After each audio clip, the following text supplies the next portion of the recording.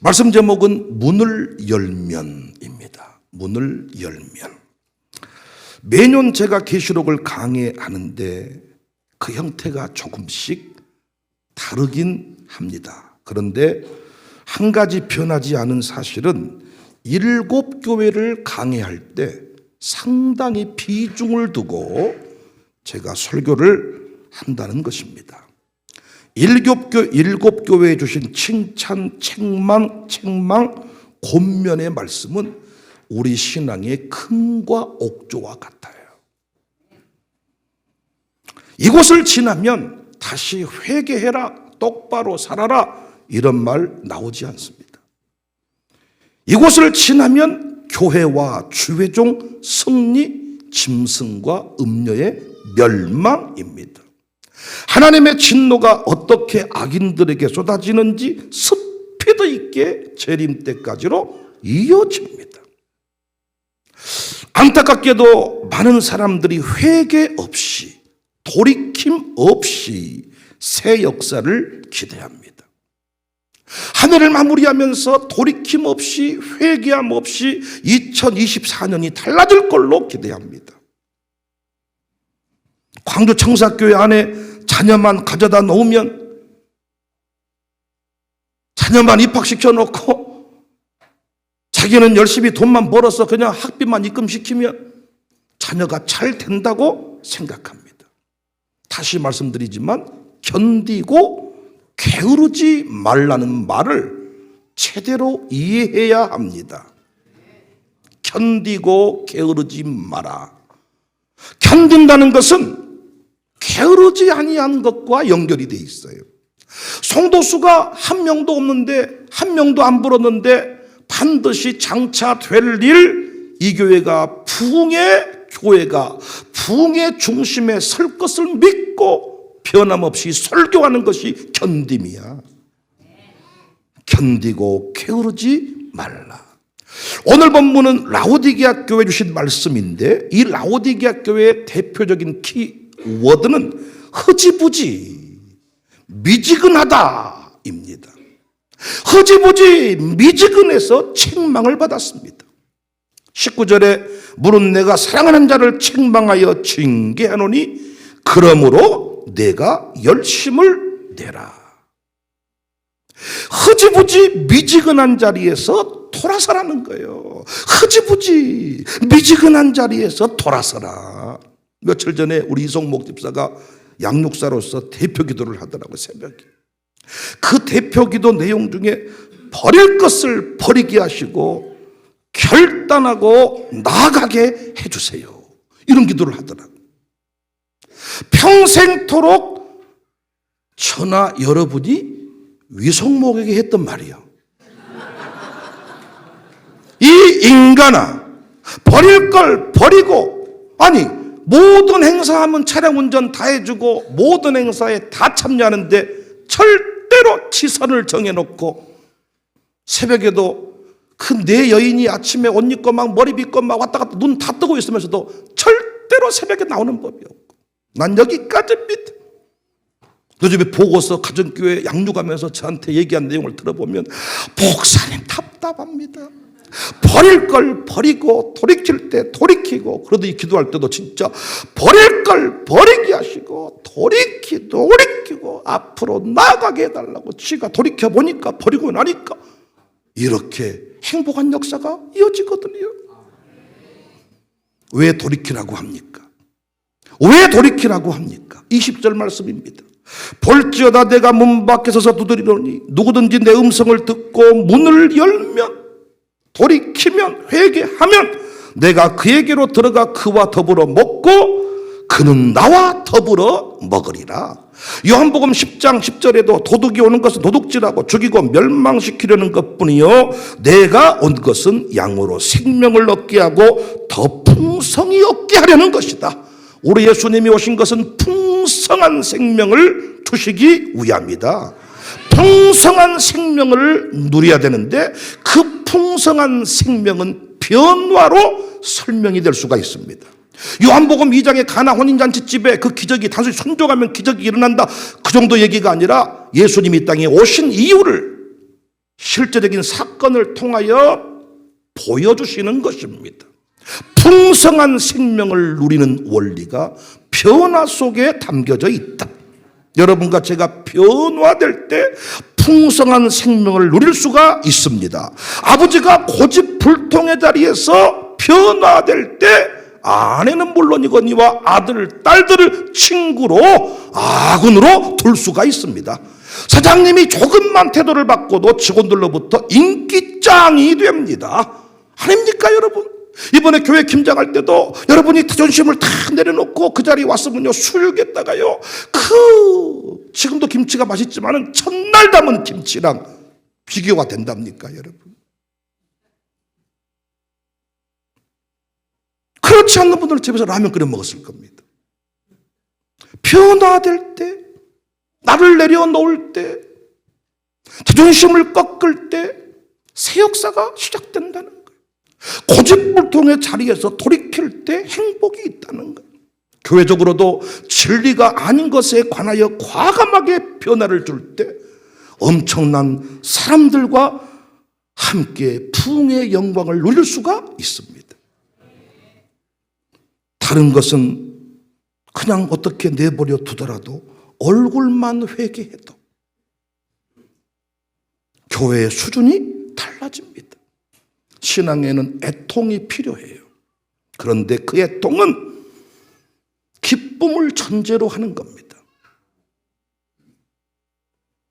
목사님, 요즘 엄청 피곤해 보이시네요. 이런 말을 반복적으로 목사가 듣고 있다면 회개해야 돼. 얼굴이 언제부턴가 어두워졌다는 얘기야. 제가 우리 교회 사역자들한테 말씀드리고 싶은 게 뭐냐, 자기 사역할 때만 팍 살아있고 내가 설교하면 팍, 그리고 그 사역하면서 피곤하다는 태를 얼굴에 다 내고 돌아다녀. 이건 초짜입니다. 초짜. 좋은 일이 있으세요? 왜 요즘에 얼굴이 좋으세요? 황치를 드셔서 그러세요? 흑염소를 많이 드셔서 그러세요? 항상 얼굴에 기쁨과 감격이 넘쳐나야 되는데, 목사님 얼굴이 못쓰겄네, 목사님 얼굴이 캄캄하네, 이런 말을 자주 듣는다는 것은 결코 바람직한 모습이 아니에요. 왜? 하나님은 우리에게 풍성한 생명을 주시는 분이기 때문에. 아니, 새벽 예배 안 드리는 사람들이야 항상 피곤해가지고 간이 아파가지고 술만 드시니까 항상 이러는데, 우리는 새벽 예배를 드리고 풍성한 은혜를 공급받았는데 어찌 하루 종일 화장하고 안 하고의 문제가 아니에요. 머리 감고 오고 안 감고 오고의 문제가 아니라고요. 예수님이 우리에게 오신 것은 풍성한 생명을 주시기 위함이다.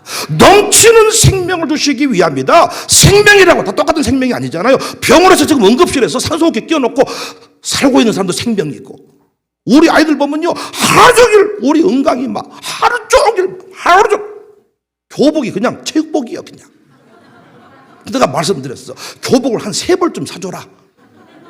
다른 애들보다 땀을 더 많이 흘리니까 에너지가 차고 넘치는 거예요. 계단 올라올 때도 3번 쉬었다 올라오는 분도 계시지만 막 넘치는 생명, 풍성한 생명. 하나님은 우리가 실패자로 끝나기를 원치 않습니다.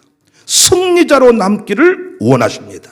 하나님은 여러분과 제가 초라함으로 망신살을 뻗치며 사는 것을 원치 않으십니다. 그래서 우리에게 뭘 주셨냐? 십자가의 은혜를 주셨습니다. 십자가 앞에 나아가서 모든 것을 내려놓으면 됩니다. 십자가의 은혜에 내 인생을 맡기면 그 자리에서 새 역사가 시작이 됩니다. 광주 청사교회에 오게 된 것, 광주 청사교회에 등록한 것, 그냥 우연히 이루어진 일이 아니라, 아멘할 준비하세요, 십자가 은혜의 연속입니다. 우연히 자리에 왔겠어요? 우리를 승리하게 하시려고, 영광의 역사를 쓰게 하시려고 이 자리에 부르신 것이지요. 주님이 이 땅에 오신 이유는 풍성한 생명을 주시기 위함이다. 내가 너를 쪼그라들게 함이 아니다. 망신살 뻗치며 살도록 하기 위함이 아니다. 풍성한 생명을 누리기 위함이다. 청사교에 오게 한 것이 뭐예요? 우리를 힘들게 하려고 부르신 것이 아니라 풍성하게 하려 하십니다. 그래서 우리가 뭘 해야 돼요? 청사교회에 왔으면 마음을 열고 광주 청사교회를 받아들이는 거예요. 예수님이 말씀해요. 문을 열면 그에게로 들어가 더불어 먹는다. 문을 열면 주님이 더불어 먹는데 그는 나와 더불어 먹는 주인공이 된대요. 우리에게 믿음이 필요하지. 어떤 믿음? 교회 등록한 후에 교회에서 하라고 하는 모든 요구는, 설교에 나오는 모든 내용은 모두 나를 살리는 십자가의 은혜의 메시지다. 이걸 믿어야 돼요. 어째 저런 말을 하시네, 어째 저러실까, 어째 오늘 또 나를 또 찌르시네, 때리시네, 잘못하는데, 이게 아니라 교회에서 하는 모든 요구는 나를 찌르고 때리고 힘들게 하고 망하게 하려는 것이 아니라 나를 풍성하게 하려 하십니다. 최소한 이 믿음이 있어야죠. 우리 목사님이 나를 이 소그룹에 보낸 것은, 이 가정교회에 보낸 것은 나를 1년 동안 죽어봐라 이렇게 하고 보내신 것이 아니라 나를 잘되게 하시려고, 풍성하게 하시려고 우리 목사님을 통하여 나를 이 자리에 보내셨구나. 이 믿음이 있어야지요. 아닙니까? 청사교회 저를 담임 목사로 보내신 것은 우리 가문을 살게 하시려고, 제 두 아들에게 풍성한 생명을 주시려고, 샬롬스쿨의 두 아들을 보내신 것도 풍성한 생명을 누리게 하시려고 보냈다. 저는 이 믿음이 있습니다. 최소한. 그래서 제가요 청사교회 담임 목사 된 것을 여러분 없는 곳에 다니면서 어쩌다가 내가 이놈의 교회 담임 목사가 돼가지고 지혜만 되면 청빙원사를 내가지고 다른 데로 내가 점프하려고 준비하고 있습니다. 어떤 목사님은요 모든 청빙원고 나올 때마다 소리를 낸다 그러더라고요. 얼마나 힘들까요? 여러분 앞에서는 장로님 사랑합니다 이러면서, 없을 때는 어때 장로님들이 수준이 낮아가지고 참말로 목회를 못해 먹건데, 또 여러분 만나면 사랑합니다. 얼마나 뭐 쇼하는 겁니까 지금? 샬롬스쿨에 갔다 올 때마다 두 아들이, 아버지 이 학교 같지도 않고 정말로 힘들고, 아들아 네가 담임 목사 아들로 태어났으니 어쩌겠냐, 네가 그래도 이 학교에 안 다니면 아버지가 어떻게 목회를 하겠냐, 그럼 조금만 참고 다녀라, 조금만 참다가 내가 다른 데로 입학시켜 줄게. 얼마나 이게 참, 아들아 까불지 마라. 샬롬스쿨이 있어서 우리에게는 복이다. 하나님이 이곳을 통하여 너희들을, 나를 복되게 하신다. 어쩌다가 우산동에 와가지고, 어쩌다가 내가 이런 동네에 와가지고 내가 망해서 이곳에 왔지만 빨리 돈 벌어서 다시 수완직으로, 상무직으로, 서구로 가야 쓰겠다. 뭔 소리 하고 계셔. 지금 뜨고 있는 동네가 광산구인데, 서구, 남구 이런 얘기한 분들은 하여튼 KTX 다 못하게 해야 돼. 비행기 타러 오면 가, 네 동네로.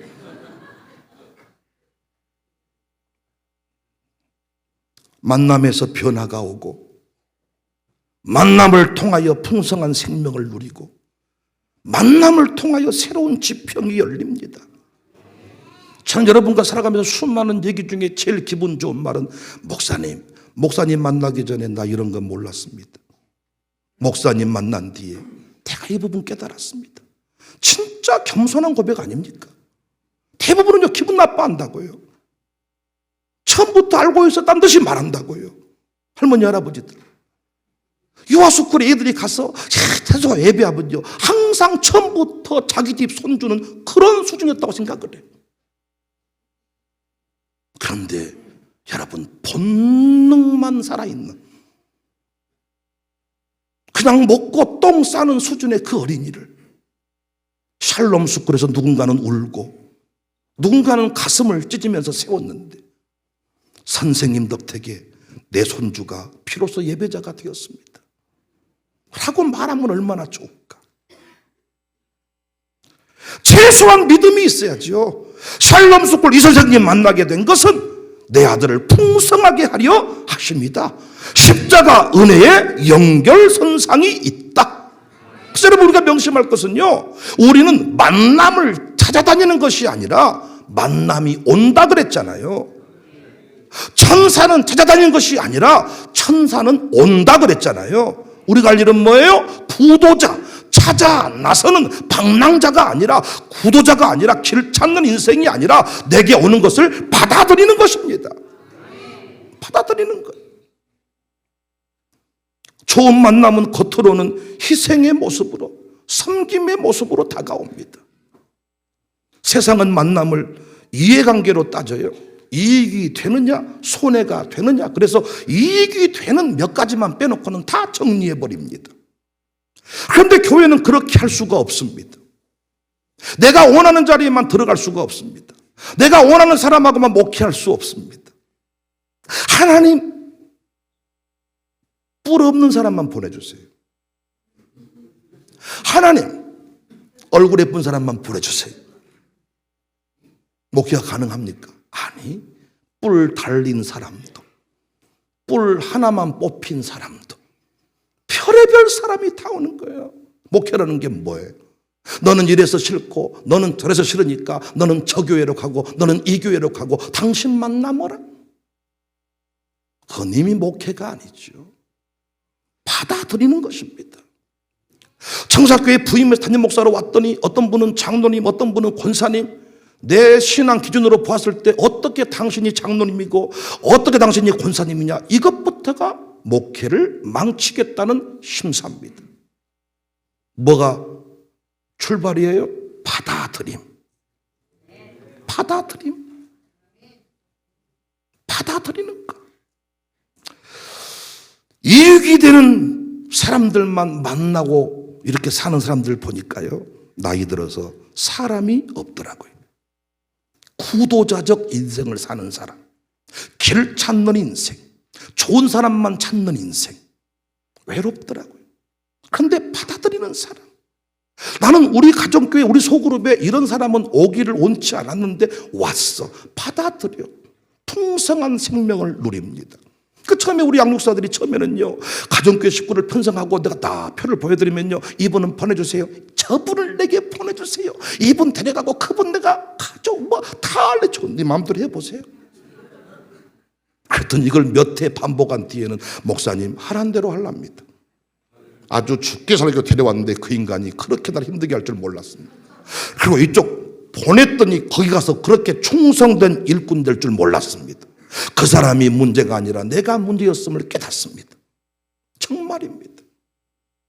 내가 좋아하는 사람하고만 어울려 살면 절대로 성장과 발전과 변화가 없습니다. 기억하셔야 돼요. 십자가의 은혜의 연결선상에 있다. 예수님이 말씀했습니다. 마태복음 10장 14절에 누구든지 너희를 영접하지도 아니하고 너희 말을 듣지도 아니하거든 그 집이나 성에서 나가 너희 발에 먼지를 떨어버려라. 혼자 내버려 두라는 거예요. 혼자 사는 건 이미 진노입니다. 가장 큰 벌은 독방 감금입니다. 목사가 옆에서 잔소리를 하고 양육사가 문자를 보내주고 그때가 하나님의 복이 임할 때입니다. 그런데 내버려 두고 나와라, 그냥 둬라, 이건 이미 하나님의 진노의 시작입니다.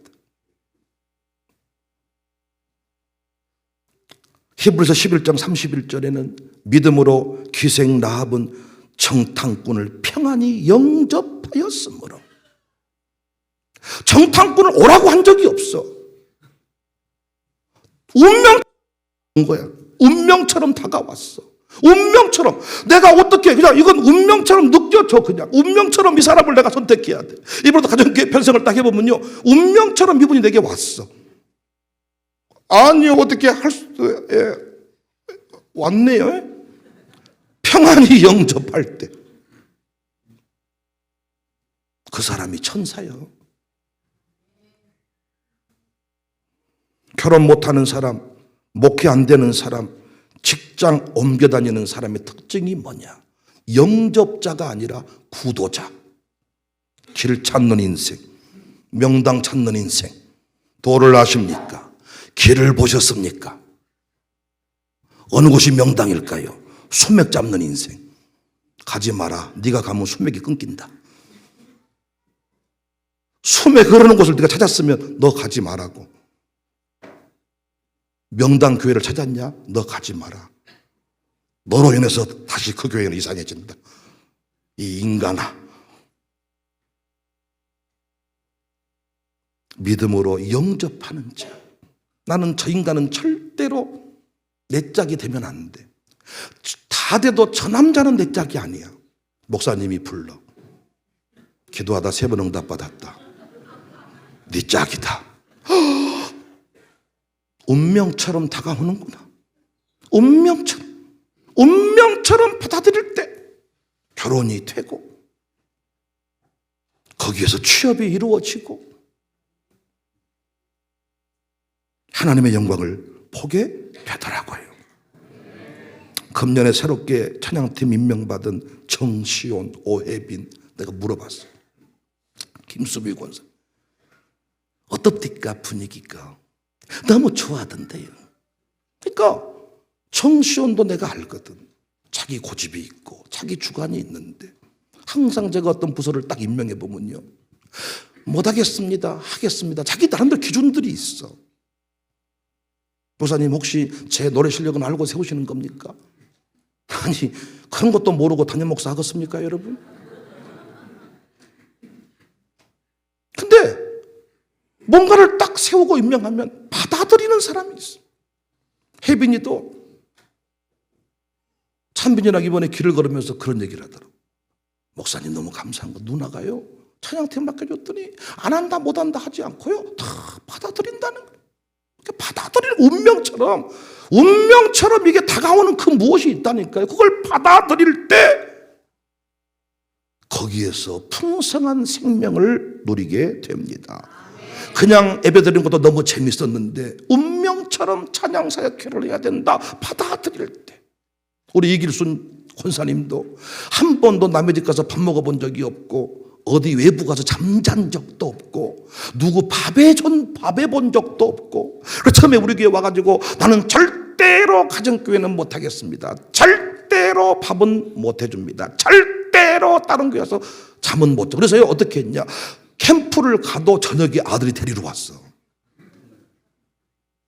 그러다가 나중에는 아예 교회를 떠나겠다고 찾아왔어. 그래서 어떻게 하겠습니까? 가시겠다는데 도저히 이것은 못하겠다는데 가십시오. 그럼 행복하세요. 헤어졌는데 아들이 전화 왔어. 목사님 이건 아닌 것 같사옵나이다. 다시 돌아오겠사옵나이다. 그러더니요, 나 잡수세요. 그리고 가정교회를 나가기 시작하고 같이 밥을 먹고 잠을 자고 이러더니 지금은요 가정교회가 어쩌고 저쩌고 난리를 치고, 그리고 아들이 새벽에 독창자가 되고 한국가족은행 이사가 되고 최연소 이사요. 친나이에 어디서 이사란 말을 들어봐. 운명처럼 다가오는 그 무엇이 있어요. 거절해보고 몸부림쳐보고 아니라고 하는데 운명처럼 다가온 그 무엇. 우리 정밀이 성도도 10의 1조 헌금을 결단하고 드리거든요. 근데 또 아들이 나한테 얘기해 주더라고. 야, 엄마의 경제 생활이, 경제 수준이 어렵다는 거야. 예수님 믿기 전에, 교회 나오기 전에 여러 가지 어려움들이 있어서 힘들다는 거예요. 10의 1조 할 수가 없다는 건데 10의 1조를 하라 이 말씀을 듣고 운명처럼 받아들여서 여전히 어렵지만 10의 1조를 하면 좋아질 것을 믿고 열심히 지금 운명처럼 그 길을 걸어가고 있는데 좋아질 기미가 보인다는 거예요.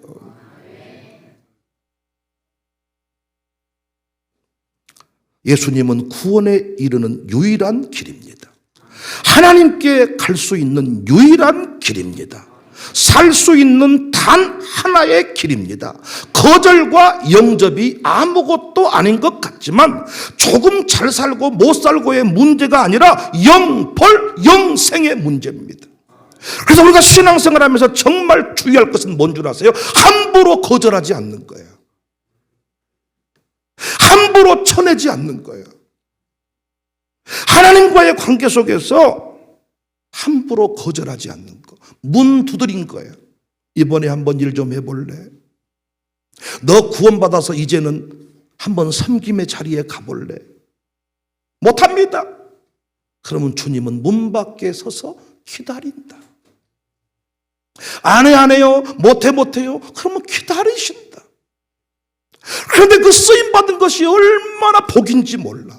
받아들였을 때 운명처럼 우리 박시정 권사가 주방에서 음식 한 번도 해본 적이 없어. 성진이 보시라니까요. 우리 친우나 우리 현지나 이종현 장모님 좀 딱 보시면 알잖아요. 그 부인이 그 엄마가 얼마나 음식을 잘하는. 그래서 이종현 장모님이나 저나 날마다 충만해지죠. 성진이 맞다고요.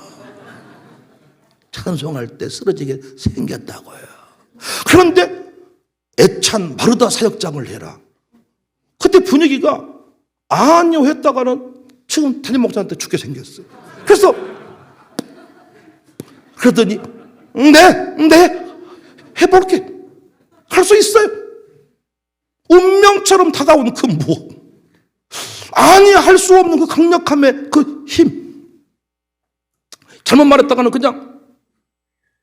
그런데 운명처럼 받아들이는 그 무엇이 내가 성장하고 교회 기둥이 되고 아들을 세우는, 남편을 세우는 그 기회가 되었음을 훗날 우리는 감증하게 됩니다. 라합의 영접, 아브라함의 영접, 수넴 여인의 영접, 삭개오의 영접 잊어버리지 마세요. 당신의 거절로, 당신의 자존심으로, 당신의 생각으로 문을 걸어 잠궜을 때 자녀가 광야에 살 수가 있습니다. 목사의 거절이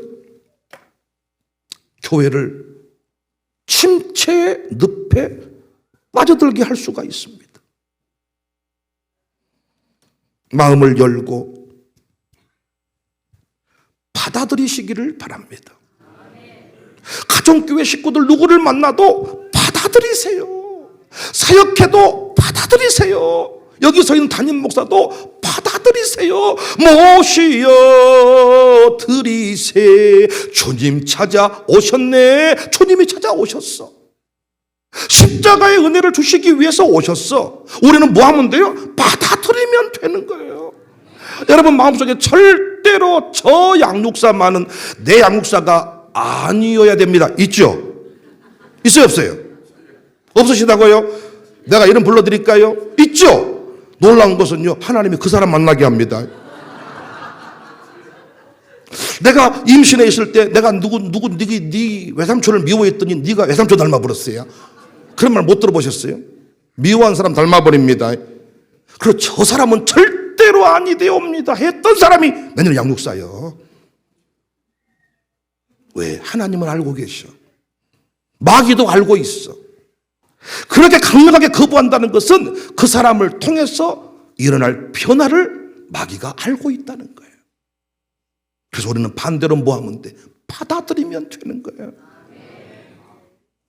목사가 여러분 스타일에 맞을 수는 없잖아. 내가 뭐 여러분 신랑입니까? 여러분 신부입니까? 목사님 스타일 나랑 안 맞, 나도 여러분하고 안 맞아 사실은. 맞은 게 우리가 뭐가 있어 사실은. 에? 노는 것도 안 맞고 식성도 안 맞고 다 안 맞지 뭐.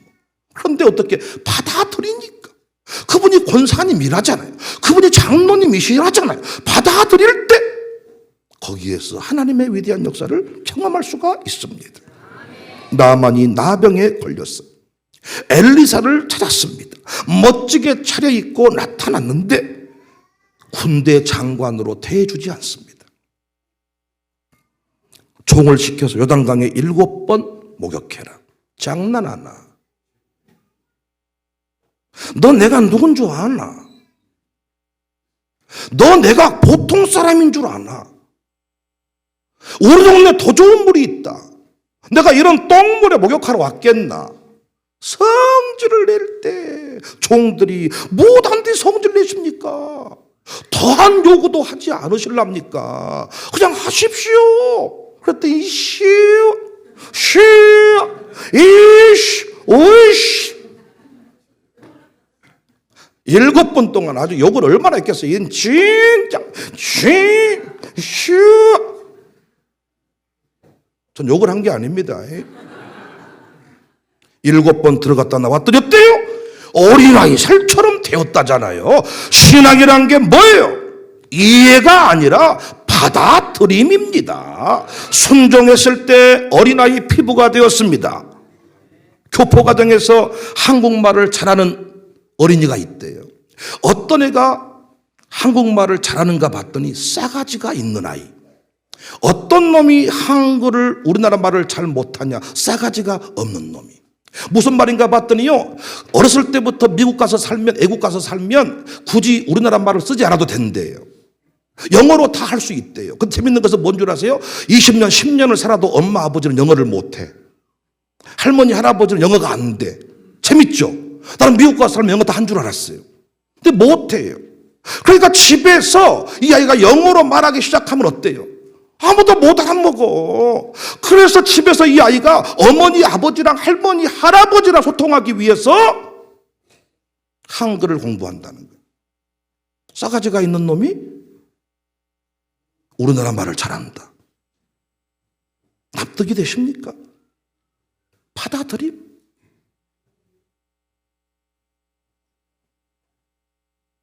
하나님의 선하심을 믿으세요. 배려하는 마음, 영접하는 마음이 언어의 성장을 가져온답니다. 받아들임 없이 성장 없어요. 끼리끼리 노는데 뭐가 뜨거워진대요? 근데 전혀 만날 수 없는 사람끼리 만났을 때 뜨거움이 있어요. 저는 남자랑 주로 놀잖아요. 그런데 남자랑 어느 순간 계속 놀다 보면요, 야, 뭔가 뜨뜻미지근함이 있는데 거기에 권사님 한 분이 딱 끼면요, 야, 뭔가 새로. 그래서 저도 언제부턴가 여자들을 받아들이고 인정하고 존중하기 시작했어요. 아직 멀었지만은 받아들일 때, 순종할 때 문을 열면 네 인생이 쫄딱 망해버린 것이 아니라 문을 열면 풍성한 생명을 누리게 된다. 청사교에 와가지고도 문을 열고 하나님을 믿으세요. 실수하지 않는 하나님이 청사교에 보내셨으니 우리가 뭐 어디 만나기를 위해 서로 기도를 했습니까? 있는 줄도 몰라서 서로가. 그런데 하나님이 만나게 하셨으니 뭐 받아들임, 문을 열고 영접, 수용, 아멘. 여기 있는 담임 목사도 다 기대하고 와서 보았더니 저렇게 생겼네. 성질 내지 말고 받아들임, 아멘. 그럼 설교가요 충만해져요. 어째 저렇게 생겨 먹으셨다냐, 어째 저랬다냐. 여러분, 한계에 봉착합니다. 안타깝습니다.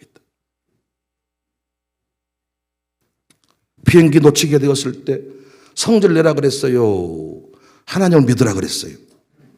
비행기 놓쳐서 그러면 이러지 말고 하나님이 나를 지키시려고 그랬나 보다. 그 하나님의 그 선하심을 믿으라는 것입니다. 하나님을 믿으면 영접할 수 있어요. 우리가 함부로 문 열면 안 되잖아요. 문 열어주지 마라잉, 큰일 난다잉, 다 내다보고 절대 문 열어주지 마라잉. 교회 생활을 그렇게 하신 분이 계셔. 문 열어주지 마라잉, 모자이크 마음문 함부로 열지 마라잉, 다 뺏겨버린다. 정신 차려. 막 서로 부부간에 막 단속을 시키는 거예요. 여보, 내 허락 없이 절대 뭐 하면 안 돼. 당신도 마찬가지.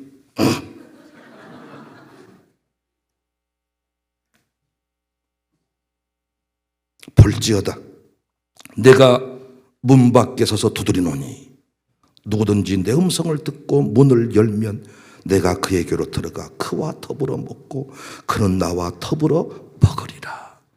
고집으로 그만 살고 이제는 신앙으로 믿음으로 삽시다.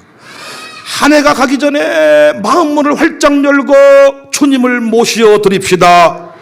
마음문을 활짝 열고 양육사를 받아 드립시다. 마음문을 활짝 열고 교육사를, 우리 선생님을 받아 드립시다. 받아 드릴 때 청사교회가 이제는 내 교회입니다. 전에 교회는, 옛날 교회는, 그때 목사님은 하지 말고, 내가 서울에 살 때는, 미국에 살 때는 하지 말고, 평생 우산동에 살아온 것처럼 우산동을 나의 고향으로, 우산동을 나의 기쁨으로 받아들일 때 거기에서 놀라운 역사가 일어나게 됩니다. 문을 열면 망해분다가 아니라 문을 열면 풍성해진다. 문을 열면 행복해진다. 오늘 설교 들을 때 입을 열면 은혜가 충만해집니다. 입을 열면, 마음을 열면, 마음문을 활짝 열고 말씀을 받아들이는, 내게 주신 그 모든 것들을 받아들이는 우리 모두가 됩시다. 할렐루야. 올해가 가기 전에 문을 엽시다. 할렐루야.